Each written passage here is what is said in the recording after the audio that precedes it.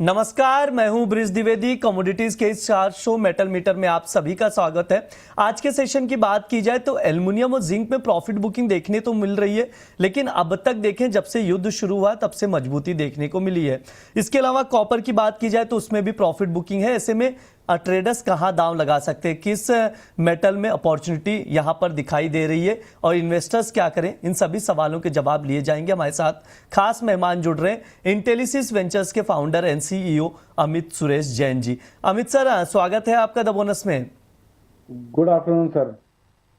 Good afternoon sir. बातचीत करना शुरू करेंगे, लेकिन मुझे लग रहा है सर एल्युमिनियम से शुरुआत करनी चाहिए, क्योंकि जब से युद्ध शुरू हुआ है एल्युमिनियम में हमने अच्छी तेजी देखी है। अभी अगर देखें एल्युमिनियम तो आज के सेशन में भी हल्की फुल्की प्रॉफिट बुकिंग तो आ रही है, लेकिन मजबूती का ही सिग्नल दे रहा है, क्योंकि जब से स्ट्रेट ऑफ हॉर्मुज बंद हुआ है मेटल सप्लाई को लेकर डिस्टर्बेंस क्रिएट हुए हैं, क्योंकि खाड़ी देश जो है वहां से ही एल्युमिनियम तकरीबन 9% के आसपास जो वहां से प्रोडक्शन होता था। अब जो रिजल्ट आए वो 6% के आसपास की गिरावट देखने को मिल रही है प्रोडक्शन में, जिसके वजह से प्राइसेस को सपोर्ट मिलता हुआ नजर आ रहा है। सर एल्युमिनियम पर टेक्निकल चार्ट क्या इंडिकेट कर रहा है, सर आपसे समझना चाहेंगे थोड़ा।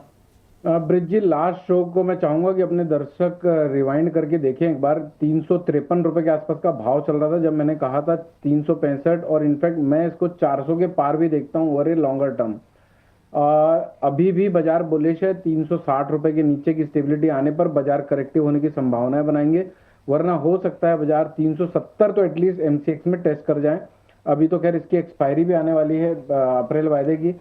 एक्सपायरी आने के बाद भी इसमें तेजी रहने की उम्मीद है। लॉन्गर टर्म के लिए अभी एल्युमिनियम को एटलीस्ट स्पेशली एक आंकड़ा देता हूँ। 353 रुपए का बेस था जो कटने के बाद जिसके ऊपर की स्टेबिलिटी आने के बाद 364 रुपए का भाव चल रहा है। 353 जब तक नहीं कटता है तब तक 350, 340, 325 के रेंज पे आ जाए इसकी उम्मीद मत लगाइए। लॉन्गर टर्म में इसकी डिमांड ज्यादा है, सप्लाई कम है। 370 और 400 रुपए तक के भी भाव ये साल में देखने को मिल सकते हैं। ये स्टेटमेंट मेरा उनके लिए ज्यादा काम का है जो स्क्रैप का काम करते हैं, जो स्टॉक स्पेशली जो इस इंडस्ट्री से बिलोंग करते हैं, जिनको एल्युमिनियम को प्रोक्योर करना पड़ता है। ठीक है, ये सर की राय निकल कर आ रही है एल्युमिनियम को लेकर। सर जिंक पर भी व्यू जानना चाहेंगे। जिंक भी 340 के करीब का भाव चल रहा है, हालांकि आज के सेशन में हल्की प्रॉफिट बुकिंग आई है। सर अभी भी अपसाइड मूवमेंट ही देख रहे हैं, जिंक में बुलिश ही हैं आप? यस ब्रिज जी, देखिए आज 339.60 का करंट मार्केट प्राइस है। मुझे ऐसा लगता है कि अभी प्रॉफिट बुकिंग चल रही है। 338.35 का लो लगाया हुआ है। 337 के आसपास एक बाइंग अपॉर्चुनिटी बनती है। ओवरऑल इसका ट्रेंड खराब होने के लिए इसको 332 के नीचे जाना पड़ेगा। 332 के नीचे जब तक नहीं जा रहा है ये 348 और 353 के पोटेंशियल रखता है। पॉसिबल है कि इसी वक्त इसी वीक में आ जाए। शॉर्ट स्क्वीज पड़े हुए हैं, लोगों ने जिन्होंने भी लॉन्ग किया होगा वो मोरलेस सब एग्जिट कर गए होंगे, क्योंकि हमारी फितरत में नहीं है बहुत बड़े प्रॉफिट को कैपिटलाइज करने की।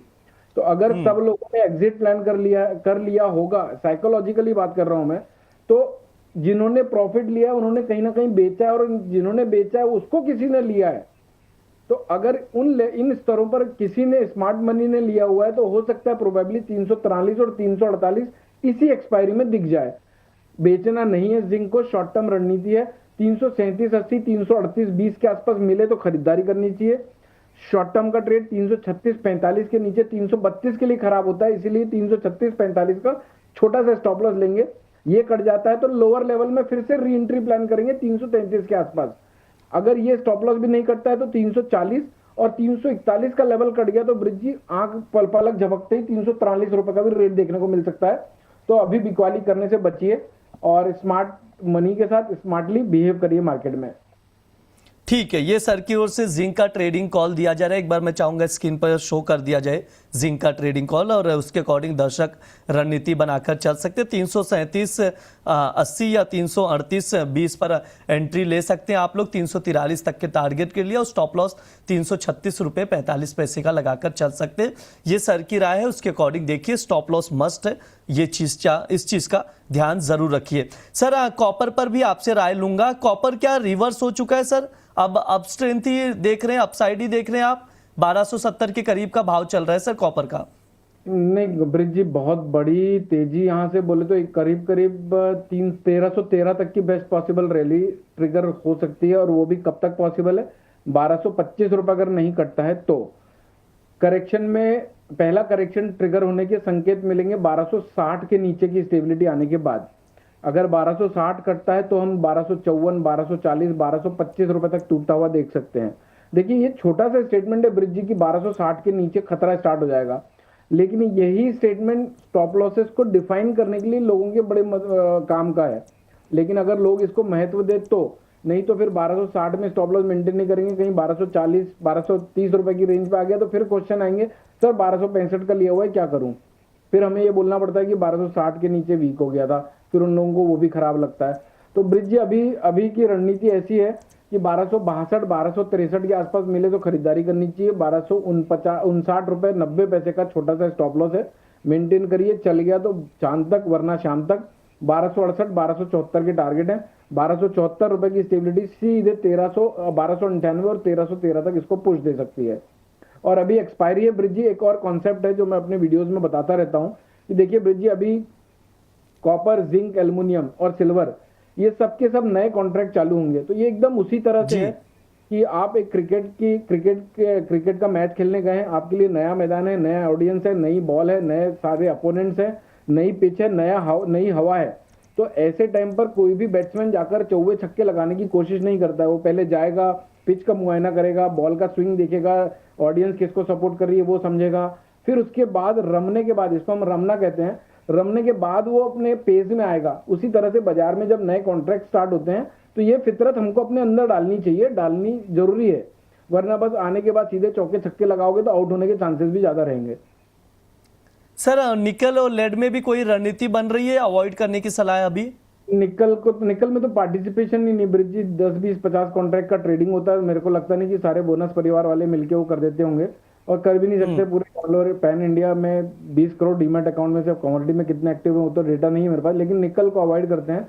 बाकी लेड में 199 तक का मैं देख रहा था, आज 199 का हाई टेस्ट हो चुका है ब्रिज जी। अगर 192 रुपए 192-50 के आसपास मिले तो इसमें खरीदारी करनी चाहिए। 190 का मंदा लगता नहीं है, रीटेस्ट करके वापस से 199 और 200 के पार एक बार सेलर के स्टॉप लॉस ट्रिगर कराने के लिए भाव दिख सकता है। ठीक है, ये सर की राय निकल कर आ रही है सभी बेस मेटल्स को लेकर, तो उसके अकॉर्डिंग आप लोग रणनीति बनाकर चल सकते हैं। सर समय भी हो चुका है, डिस्क्लेमर दे दीजिए प्लीज। ब्रिज जी, जो भी पोजीशंस हमने डिस्कस की है, मेरी पर्सनल पोजीशन कहीं पर नहीं है। हो सकता है हमने अपने क्लाइंटों के साथ same psychology, same trade setup, same trades discuss किए हुए हो। आप जो भी पोजीशन बनाते हैं, मेक श्योर कि आप अपने फाइनेंशियल एडवाइजर से संपर्क करने के बाद ही निष्कर्ष पे आते हैं। पास्ट परफॉर्मेंस फ्यूचर परफॉर्मेंस की गारंटी न देती है, न कभी देगी। ठीक है सर, बहुत बहुत शुक्रिया सर आज की चर्चा में जुड़ने के लिए।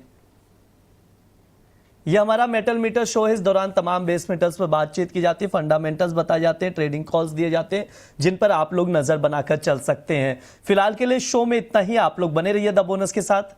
धन्यवाद।